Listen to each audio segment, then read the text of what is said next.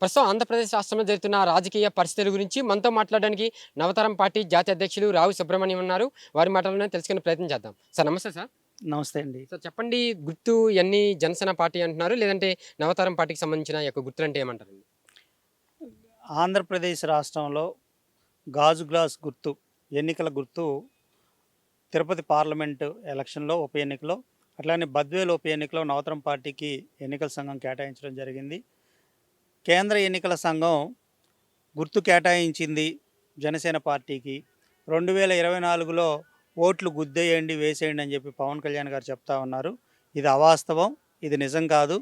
కేంద్ర ఎన్నికల సంఘం రానున్నటువంటి 2024 ఎన్నికల్లో పోటీ చేసేందుకు జనసేన పార్టీకి గాజు గ్లాసు గుర్తుని కేటాయించలేదు. ఎంపీ, ఎమ్మెల్యే లేదా ఎమ్మెల్సీ ఎన్నికల్లో పోటీ చేయడానికి గాజు గ్లాసు గుర్తుని కేటాయించలేదు. రానున్నటువంటి 2024 ఎన్నికల్లో నవతరం పార్టీ 99% రానున్నటువంటి అన్ని అసెంబ్లీ స్థానాల్లో 175 అసెంబ్లీ స్థానాల్లో 25 పార్లమెంట్ స్థానాల్లో నవతరం పార్టీయే గాజు గ్లాసు గుర్తు మీద పోటీ చేస్తుందని ఈ సందర్భంగా తెలియజేస్తా ఉన్నాం. అంటే ఈ యొక్క గుర్తులు మీ అని అంటారా? లేదంటే జనసేన పార్టీ అంటారా? గాజు గుర్తు గాని, ఆ యొక్క సింబల్ గాని. గాజు గ్లాసు గుర్తు మీద జనసేన పార్టీకి ఎటువంటి అధికారం లేదు. అయితే జరిగినటువంటి స్థానిక సంస్థల ఎన్నికల్లో 3 జెడ్పీటీసీ స్థానాలు గెలిచినా, 6 ఎంపీపీ స్థానాలు గెలిచినా, లేదా 6 ఎంపీటీసీ స్థానాలు గెలిచినా, 15 కౌన్సిలర్ స్థానాలు గెలిచినా గుర్తు ఆటోమేటిక్‌గా రిజర్వ్ అయిపోద్ది. ఎందుకంటే రాష్ట్ర ఎన్నికల సంఘం వేరు. నీలం సహాని గారు ఆ ఎన్నికల సంఘానికి రాష్ట్ర ప్రభుత్వ పరిధిలో ఉంటుంది. స్థానిక సంస్థలకు జరిగేటువంటి ఎన్నికల సంఘం. కానీ ఎంపీ, ఎమ్మెల్యే ఎలక్షన్‌కి సంబంధించి ముఖేష్ కుమార్ మీనా గారు సీఈఓ ఆంధ్రప్రదేశ్ కేంద్ర ఎన్నికల సంఘం నుంచి కమిషనర్‌గా ఉంటారు.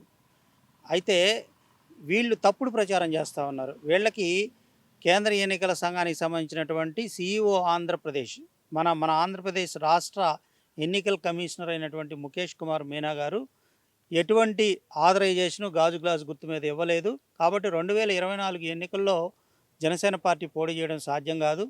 ఆ గుర్తు లాస్ట్ ఎన్నికల్లో మాకిచ్చారు. ఇప్పుడు కూడా మాకే ఇస్తారు. దాన్ని ఆల్రెడీ మేము అప్లై చేయడం కూడా జరిగింది. అంతేకాకుండా పవన్ కళ్యాణ్ గారు సింబల్ లేకపోవడం కాదు, ఆయనకి జెండా కూడా లేదు.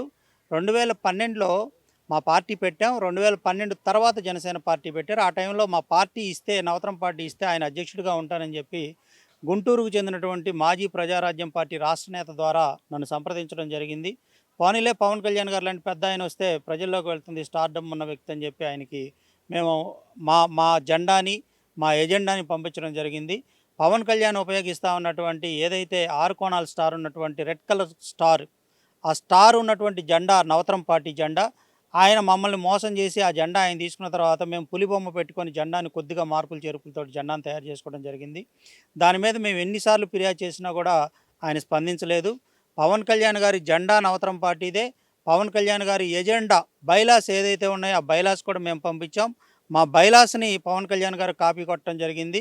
ఎలక్షన్ కమిషన్కి ఆయన సమర్పించినటువంటి బైలాస్లో నవతరం పార్టీ అనే దాంట్లో నవతరం తీసేసి జనసేన అని చెప్పి చేర్చుకొని ఆయన బైలాసు ఎన్నికల కమిషన్కి ఇవ్వడం జరిగింది.